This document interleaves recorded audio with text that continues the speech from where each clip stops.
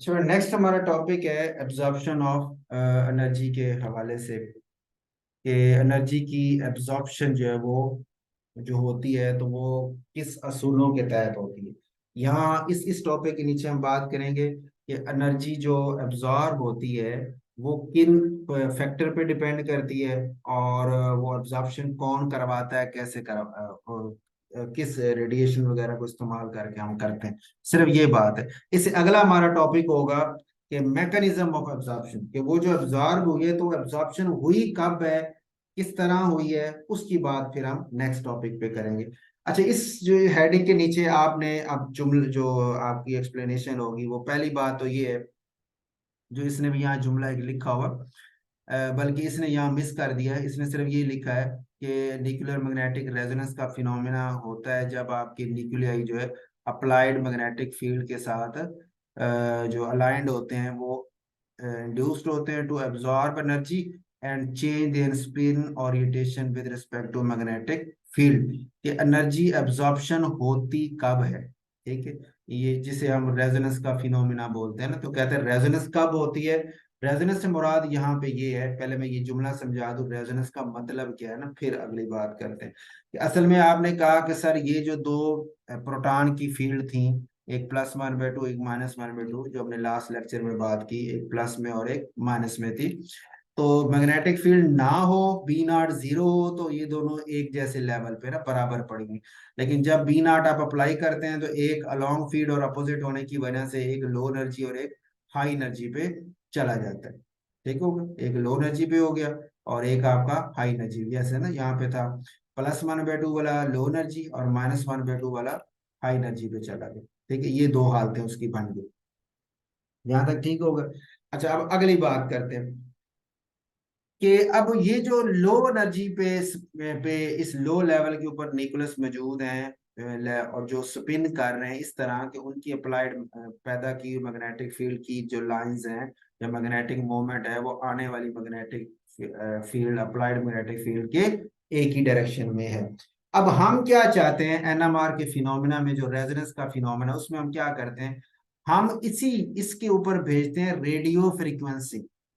ठीक है, क्या भेजते हैं, रेडियो फ्रीक्वेंसी भेजते हैं। रेडियो फ्रीक्वेंसी क्या करती है, वो इस नीचे वाली स्पिन को उठा के ऊपर वाली स्पिन पे भेज देती है। इन जो न्यूक्लियाई इस लेवल पे स्पिन कर रहे हैं, स्टेबल शक्ल पे हैं, वो उनमें उनमें एब्जॉर्ब होके उनकी स्पिन को बदल के अपोजिट कर देती है, यानी +1/2 से -1/2 बना देती है।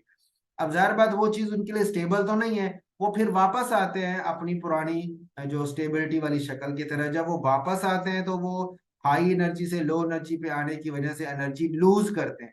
उनकी ये लूज की एनर्जी जो रेडिएशंस की फॉर्म में आती है, इसको आगे डिटेक्टर नोट करता है और वो फिर हमें इंफॉर्मेशन लेके देता है, और हमें स्पेक्ट्रा बनाता है, जिससे हम उस कंपाउंड के स्ट्रक्चर वगैरह के हवाले से इंफॉर्मेशन ले सकते हैं। तो ये जो पहला जुमला लिखा हुआ है ये आपको समझ आ गया होगा कि मैग्नेटिक रेजोनेंस का फिनोमेना कब होता है, कि जब हम स्पिन की ओरिएंटेशन को चेंज कर देते हैं। ठीक हो गया, किसके हिसाब से, अप्लाइड मैग्नेटिक फील्ड के हिसाब, इसके हिसाब से आप +1/2 को -1/2 बना दें। ठीक हो गया, तो चेंज कर देंगे तो ये फिर रेजोनेंस का फिनोमेना हो जाएगा। और ये कब होगा, जब वो एनर्जी एब्सॉर्ब करेगा। और एनर्जी हम कैसे देंगे उसको, बाई अप्लाइंग रेडियो फ्रीक्वेंसी, जो यहाँ इसने जिक्र नहीं किया। रेडियो फ्रीक्वेंसी को आप अप्लाई करेंगे तो वो ये काम करेगी, स्पिन स्टेट्स को चेंज करेगी। ठीक हो गया। अच्छा, ये बात तो आपको क्लियर होगी, पहला कि मैग्नेटिक रेजोनेंस का मतलब क्या था और ये फिनोमेना कब होता है। अब हम यहाँ भी इस वक्त हमारी डिस्कशन इसके साथ नहीं है कि रेजोनेंस का फिनोमेना किस तरह होता है, वो इससे अगले टॉपिक में बात करेंगे। यहाँ पे हम सिर्फ ये बात करें कि ये जो एनर्जी का डिफरेंस है, +1/2 और -1/2 के दरमियान जो एनर्जी का ये जो गैप है, डिफरेंस है, जिसको उसने यहाँ लिखा हुआ है कि ई एब्जॉर्ब, वो एनर्जी एब्जॉर्ब करेगा ना, तो +1/2 से -1/2 जाएगा। तो वो जो एब्जॉर्प्शन ऑफ एनर्जी है वो -1/2, और यानी हायर एनर्जी स्टेट जो है उसकी energy minus lower energy state उसकी एनर्जी का डिफरेंस है, और वो बराबर होता है h प्लैंक्स कांस्टेंट के मुताबिक। तो ये जो एनर्जी का डिफरेंस है, जो दोनों स्पिन स्टेट्स का फर्क है, ये क्या है, क्वांटाइज्ड है। Energy absorption is a quantized process. Quantize का मतलब कांस्टेंट है, फिक्स है, कि ये जो दोनों के दरमियान गैप है ना, ये गैप क्या है, कांस्टेंट है, फिक्स है। जिसका ये एक खास कंडीशन के अंदर वो फिक्स है। कंडीशन का लफ्ज इसलिए मैं बात कर रहा हूँ कि आप कंडीशन बदलेंगे तो ये जो गैप है ये चेंज हो जाता है, लेकिन एक खास कंडीशन के अंदर ये गैप क्या है, फिक्स है। फिक्स का मतलब एक और भी आपको बता रहा है कि मुख्तलिफ टाइप के जो न्यूक्लियाई है ना, तो हर न्यूक्लियस, हर प्रोटॉन का, हम यहाँ प्रोटॉन की बात कर रहे हैं, तो हर प्रोटॉन का ये जो गैप है वो दूसरे से मुख्तलिफ है, कांस्टेंट है, एक का और है, और दूसरी टाइप के जो प्रोटॉन है वो उसका जो गैप है वो और है। अब आप कहेंगे सर प्रोटॉन तो सारे एक जैसे होते हैं, आप टाइप मुख्तलिफ क्यों बोल रहे हैं? तो जैसे पिछले शुरू वाले लेक्चर में मैंने बात की थी आपसे कि मुख्तलिफ एनवायरनमेंट की बेस पे, जैसे एक कंपाउंड आप ले लें यहाँ पे, ये CH3 है, ये CH2 है, ठीक है, इसके साथ यह मैं क्लोरीन लगा। अब इस कंपाउंड को आप देखें तो आप कहेंगे सर इसमें 3 प्रोटॉन और 5 प्रोटॉन है टोटल, लेकिन ये 3 प्रोटॉन और टाइप है, ये 2 प्रोटॉन और टाइप है। टाइप से मुराद क्या है कि ये 2 प्रोटॉन वो हैं जिनकी नेबर में एक तरफ क्लोरीन है एक तरफ कार्बन है, और ये 3 प्रोटॉन वो हैं जिनकी एक तरफ कार्बन ही है और दूसरी तरफ और उसके साथ कोई चीज और अटैच नहीं है। तो ये एनवायरनमेंट के मुख्तलिफ होने की वजह से ये और टाइप बन गई। ये आने वाली आप जो मैग्नेटिक फील्ड भेजेंगे ना इस कंपाउंड के ऊपर, तो ये प्रोटॉन और रिस्पॉन्स देंगे, और ये जो 3 प्रोटॉन है ये आपकी आई मैग्नेटिक फील्ड को और रिस्पॉन्स देंगे, इसलिए हम इसको डिफरेंट टाइप ऑफ प्रोटॉन का नाम दे रहे हैं। ठीक हो गई? तो वो जो टाइप्स ऑफ प्रोटॉन हर एक की मुख्तलिफ है, उनकी जो एनर्जी के गैप होंगे वो भी फिक्स होंगे और एक दूसरे से मुख्तलिफ होंगे। ठीक हो गए? ये जुमला ओके हो गया? अब इधर चलते हैं। पहला जुमला आपने बता दिया NMR के बारे में, दूसरा आपने बता दिया कि ये जो एनर्जी का गैप है ये फिक्स एक चीज है, तीसरा आपने बताया कि ये जो डिफरेंस है delta E is equal to H nu है, ये किस फैक्टर पे डिपेंड करता है। तो इसके लिए हम ये डेरिवेशन इसने आगे दी है कि ये डेल्टा E जो है वो B0 के डायरेक्टली प्रोपोर्शनल है। B0 से क्या मुराद है? आपकी ये अप्लाइड मैग्नेटिक फील्ड है। B0 आपकी अप्लाइड मैग्नेटिक फील्ड है।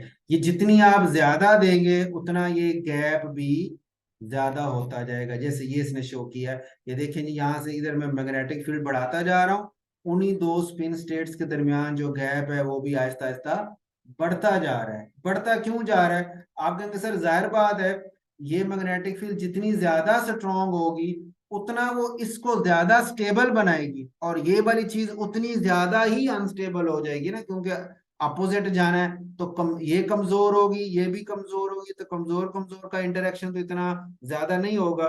लेकिन अगर एक ताकतवर ये होगा तो ताकतवर का इंटरेक्शन इसके साथ और ज्यादा स्ट्रांग होगा, जिसकी वजह से वो इसको उसने हाई एनर्जी पे लेके तो जाना है तो वो काफी हाई एनर्जी पे ले जाएगा, और इसको उसने स्टेबल बनाना है तो उसको भी स्टेबिलिटी भी काफी ज्यादा दे देगा, तो गैप जो है वो आपका इंक्रीज हो जाएगा। ठीक हो गया? तो अब यहाँ पे हम बात करते हैं नेक्स्ट जुमला कि यहाँ ये जो गैप है वो क्या है, डिफरेंस जो डेल्टा ई है, डेल्टा ई से मुराद इन दो के दरमियान ये जो गैप है इसे डेल्टा ई बोल। तो दो स्टेट्स के दरमियान जो गैप है डेल्टा ई यहाँ भी शो किया हुआ है, तो वो B0 अप्लाइड मैग्नेटिक फील्ड के डायरेक्टली प्रोपोर्शनल है। ठीक हो गया? फिर हमने कहा कि सर ये सिर्फ B0 पे ही डिपेंड नहीं करता, यानी सिर्फ डेल्टा ई इसी पे डिपेंड है, इसके अलावा भी इसके फैक्टर्स हैं जैसे चार्ज है, मास वगैरह है। तो इसके लिए फिर हम एक और फैक्टर लेके आते हैं जिसे बोलते हैं मैग्नेटो गायरिक रेशियो, गैमा। तो गैमा भी यहाँ पे मौजूद है। अब ये आपने MCQ के तौर पे भी याद रखना है कि गैप जो है वो B0 के भी डायरेक्टली प्रोपोर्शनल है, जितनी अप्लाइड मैग्नेटिक फील्ड ज्यादा होगी उतना गैप बड़ा होगा।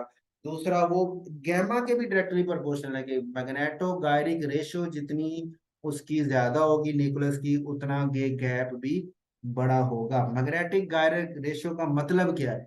इसका मैं अगर लफ्जी मतलब आसान जुमले में करूं तो इसका मतलब ये है कि how much magnetic field is felt by the nucleus. ये इसका मतलब ये है कि आपने जो मैग्नेटिक फील्ड दी है वो न्यूक्लियस जो है वो कितनी हद तक उसको एक्सेप्ट कर रहा है या कितनी हद तक उसको फील कर रहा है, उसको वो फील कितनी हो रही है। अब आप कहेंगे सर जितनी मैंने दी है वही सारी उसको फील होगी, इसमें कम ज्यादा वाला क्या चक्कर है? तो इसकी एग्जांपल ये नीचे हम दे सकते हैं, ये देखें ना, प्रोटॉन की मिसाल है, अगर मैं 1 टेस्ला की मैग्नेटिक फील्ड रखता हूँ तो इसकी फ्रीक्वेंसी है 42.6 और इसकी मैग्नेटोगायरिक रेशियो है 267.53। ठीक है। अच्छा, और C13 को देखें, अगर 1 टेस्ला की मैग्नेटिक फील्ड उसको दें तो उसकी फ्रीक्वेंसी है 10.7 और उसकी गायरो मैग्नेटिक रेशियो है 67.28। ये फ्रीक्वेंसी कम है, यही आपको बता रहा है कितना फर्क पड़ गया है। ठीक है। अब देखो ना, दो चीजें थी ना फैक्टर, आपने कहा सर वहां पे गैमा भी और बी नॉट मैंने दोनों का सेम कर दिया, प्रोटॉन का और C13 का दोनों का बी नॉट, उसका भी 1 है उसका भी 1 है, दोनों का सेम कर दिया, बी नॉट सेम कर दिया। अब फर्क किसका पड़ेगा? गैमा। गैमा पे डिपेंडेंस आ जाएगी। गैमा देखा तो पता चला कि प्रोटॉन का गैमा 267 है और C13 का गैमा 67 है, इसका मतलब प्रोटॉन का गैमा बड़ा है, तो प्रोटॉन का जो गैप होगा, ये वाला गैप जो होगा वो लार्ज होगा, और जो C13 है उसका ये गैप छोटा होगा क्योंकि उसकी गैमा की वैल्यू छोटी है। ठीक है।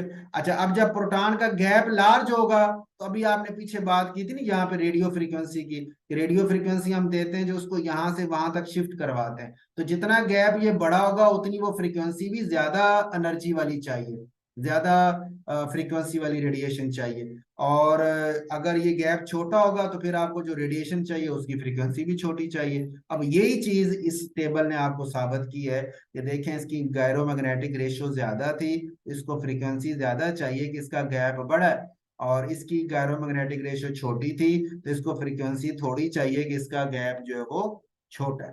ठीक हो गया। तो ये पॉइंट यहाँ पे आपको समझाना था कि गैमा जो है वो नेचर पे डिपेंड करता है। अच्छा, अगर आप छोटा सा एक स्टेप और जाते हैं, आप कहेंगे सर ये तो समझ आ गई, आपने मैथमेटिकल बता दिया कि इसकी वैल्यू ज्यादा है इसकी कम है, इस वजह से वो गैप जो होगा वो प्रोटॉन वाले का ज्यादा होगा, C13 वाले का कम होगा, इसी वजह से उसको फ्रीक्वेंसी ज्यादा चाहिए इसको फ्रीक्वेंसी कम चाहिए, ये बात तो समझ आ गई। फिर अगली बात ये आती है कि इसकी ये ज्यादा है क्यों असल में। तो उसको आप, अगर मैं सिंपल सी मिसाल दूं तो आप ऐसे समझ सकते हैं कि सर देखें ऐसा है कि जो प्रोटॉन है ना, इसके न्यूक्लियस के गिर्द सिर्फ एक प्रोटॉन है, या जब वो उसने बाण बनाया होगा सिग्मा बाण किसी के साथ, तो दो इलेक्ट्रॉन आ जाएंगे, दो हाइड्रोजन के न्यूक्लियस के गिर्द एक ही इलेक्ट्रॉन होता है ना, तो जब बाण बना लेगा तो दो इलेक्ट्रॉन आ जाएंगे। अब इसके न्यूक्लियस में और आने वाली मैग्नेटिक फील्ड के दरमियान में कितने इलेक्ट्रॉन आए? दो इलेक्ट्रॉन आए। और C13 को देखें तो आप कहेंगे सर इसका एटॉमिक नंबर है 6, पहले शेल में दो, दूसरे शेल में 4, और उसने आगे फिर 4 बाण बनाने हैं तो 8 हो गए, तो टोटल 10 इलेक्ट्रॉन हो गए, पहले शेल के 2 और दूसरे शेल के 8, टोटल 10 इलेक्ट्रॉन है। तो इसके न्यूक्लियस और आने वाली मैग्नेटिक फील्ड के दरमियान में 10 इलेक्ट्रॉन हैं, तो 10 इलेक्ट्रॉन की वजह से इसकी फील करने की सलाहियत कम हो गई, इसकी फील करने की सलाहियत ज्यादा है। ठीक है, तो यही बात उसने यहाँ की है। मैग्नेटोगायरिक रेशियो मतलब कि उस न्यूक्लियस की आने वाली मैग्नेटिक फील्ड को फील करने की कितनी सलाहियत है, और ये डिपेंड किस पे करती है? उसकी चार्ज पे, उसकी मास पे, जैसे अभी मैंने बात की नंबर ऑफ इलेक्ट्रॉन को गिन के बात की है, एक में ज्यादा एक में कम है, मास का फैक्टर भी है, लेकिन एक समझाने के लिए मैंने सिर्फ इलेक्ट्रॉन, नंबर ऑफ इलेक्ट्रॉन लेके आपको ये बात एक्सप्लेन की है। ठीक हो गई। तो आप ये इस पॉइंट के बाद अगर ये सवाल आता है एब्जॉर्प्शन एनर्जी को एक्सप्लेन करें, तो पहले आपने ये फिनोमेना का बता देना है, फिर आपने ये एनर्जी क्वांटाइज कैसे है वो बता देना है, ये गैप का बता देना है।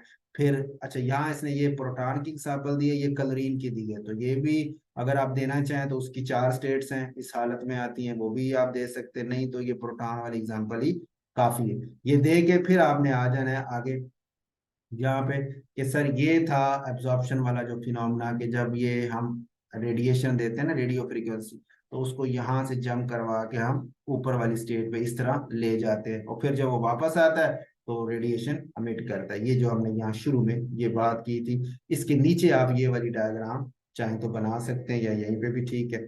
फिर आपने बताना है फैक्टर के बारे में, तो आपने कहना है कि sir delta E B naught के डायरेक्टली प्रोपोर्शनल है, ये फार्मूला लिख दिया, ये डायग्राम बना दी, जिससे आपने एक्सप्लेन कर दिया कि बी नॉट बढ़ता जा रहा है तो गैप भी बढ़ता जा रहा है। फिर आगे आपने इस पैराग्राफ में से ये बताना है कि सर सिर्फ इसी पे डिपेंडेंस नहीं है, एक और फैक्टर मैग्नेटोगायरिक रेशियो भी हमें लेना पड़ेगा जो चार्ज मास पे डिपेंड करता है, और वो भी जब आ जाएगा तो इस फार्मूले की शक्ल ये बन जाएगी।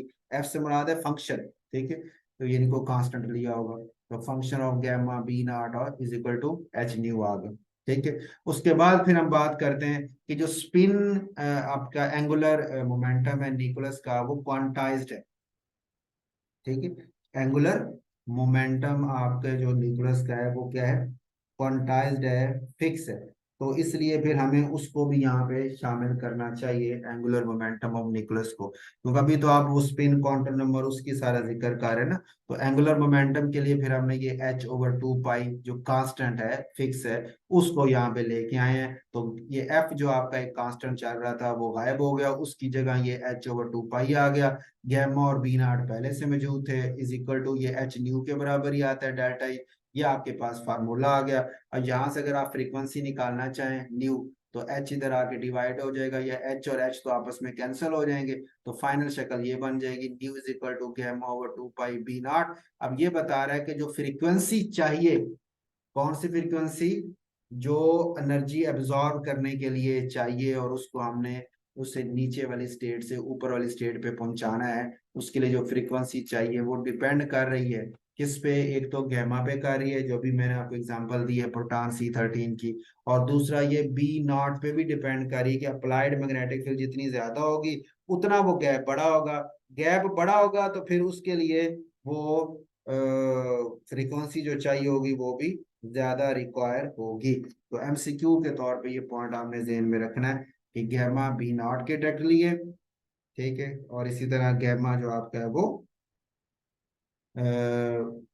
सॉरी फ्री न्यू, जो न्यू बी नॉट के डायरेक्टली है, और न्यू जो है वो गैमा के भी डायरेक्ट। गैमा के तो मैंने एग्जांपल दी है, बी नॉट की एग्जांपल भी आप यहीं से ले सकते हैं। ये देखें कि अगर आप 1 टेस्ला करते हैं, प्रोटॉन की मिसाल ले लें, अगर मैं 1 टेस्ला करता हूँ तो फ्रीक्वेंसी कितनी चाहिए, 42.6।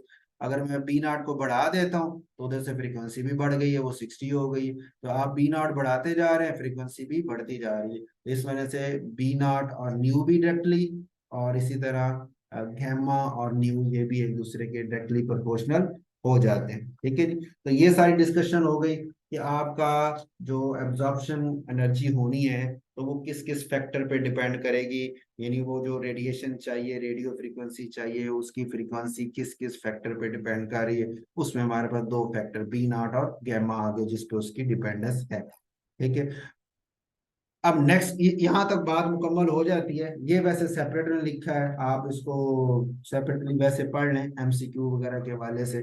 जैसे इस फर्स्ट पैराग्राफ में उसने लिखा है कि जनाब वैसे तो कई न्यूक्लियाई मैग्नेटिक रेजोनेंस शो करते हैं, लेकिन ऑर्गेनिक में ज्यादातर या तो प्रोटॉन की बात करते हैं या C13 की बात करते हैं। क्लोरीन भी होता है, फास्फोरस भी है, ड्यूट्रियम भी है, लेकिन हम ज्यादातर किसकी बात करते हैं, C13 की या प्रोटॉन की। और जो लास्ट पैराग्राफ है इसमें उसने बात की हुई है कि जब हम ये जो इंस्ट्रूमेंट चलाते हैं, इंस्ट्रूमेंटेशन इसकी करते हैं, तो उसमें दो तरह के मोड्स हैं यूज करने के ना। एक मोड ये है कि हम बी को कांस्टेंट कर देते हैं, यानी अप्लाइड मैग्नेटिक फील्ड फिक्स कर देते हैं और फ्रीक्वेंसी को चेंज करते रहते हैं। और दूसरा मोड ये है कि हम फ्रीक्वेंसी जो है उसको कांस्टेंट कर देते हैं और मैग्नेटिक फील्ड को आहिस्ता आहिस्ता चेंज करते रहते हैं। तो इस तरह हम स्पेक्ट्रा हासिल कर लेते हैं। ये इसके इस जुमलों का क्या मतलब है, ये हम जब इसकी इंस्ट्रूमेंटेशन बात करेंगे ना तो उसमें ये बात आपको ज्यादा क्लियर हो जाएगी। और लास्ट में इसने 2-3 लाइनों में लिखा है जो मॉडर्न आपके स्पेक्ट्रो इंस्ट्रूमेंट्स हैं वो, उनमें ये अब उन्होंने कर दिया कि आप C13 भी एक ही मशीन से C13 उसी से प्रोटॉन उसी से फास्फोरस वगैरह ले सकते हैं। ठीक है, और जो ऑपरेटिंग फ्रीक्वेंसी है वो मुख्तलिफ है, उसमें 300, 400 और 600 मेगाहर्ट्ज तक जो है वो जा सकते हैं। ठीक होगा, ये एक जनरल सी बात है, इसका ताल्लुक पिछले टॉपिक से इतना ज्यादा नहीं लगता। पिछला टॉपिक आपका यहीं पे मुकम्मल हो जाता है। अब नेक्स्ट हमारे पास आता है मैकेनिज्म ऑफ एब्जॉर्प्शन। अब असल बात है कि ये तो बात हमने कर ली कि आप रेडियो फ्रीक्वेंसी देंगे, वो आएगी नीचे वाली स्पिन स्टेट से न्यूक्लियस को उठा के ऊपर वाली स्पिन स्टेट पे भेज देगी। ये जैसे ये बात हम नीचे वाली स्पिन स्टेट से उठा के ऊपर पे चली जाएगी, फिर वो ऊपर से वापस आती है तो एनर्जी एमिट करती है जो हम नोट करके उससे हम अपना रिजल्ट ले लेते हैं। ये बात तो क्लियर हो गई।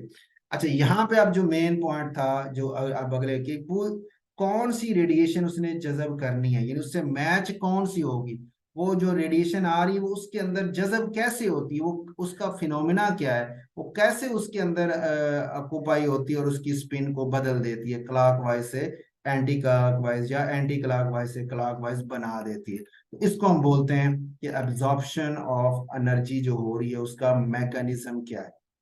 ठीक हो गया। अब इसको समझाने के लिए उसने मिसाल दी है। आप ये समझें, जैसे फर्स्ट पैराग्राफ है ना, इसमें ये पॉइंट लिखा हुआ है, एक टॉप ले ले, स्पिनिंग टॉप जो है ना, लट्टू घूम रहा होता है। अच्छा, लट्टू को आप देखें ना घूमते हुए, कभी देखा हो? अब जो ये उसने एग्जांपल दी लट्टू की, कि जब तेजी से मूव कर रहा होता है तो बिल्कुल सीधा चल रहा होता है, सीधा घूम रहा होता है। लेकिन जब थोड़ी स्पीड कम होती है तो फिर ये इस तरह घूमना शुरू की, जैसे ये एरो दिया हो ना, ऐसे ऐसे। और करते करते करते एक टाइम आता है कि वो जमीन के ऊपर गिर जाता है।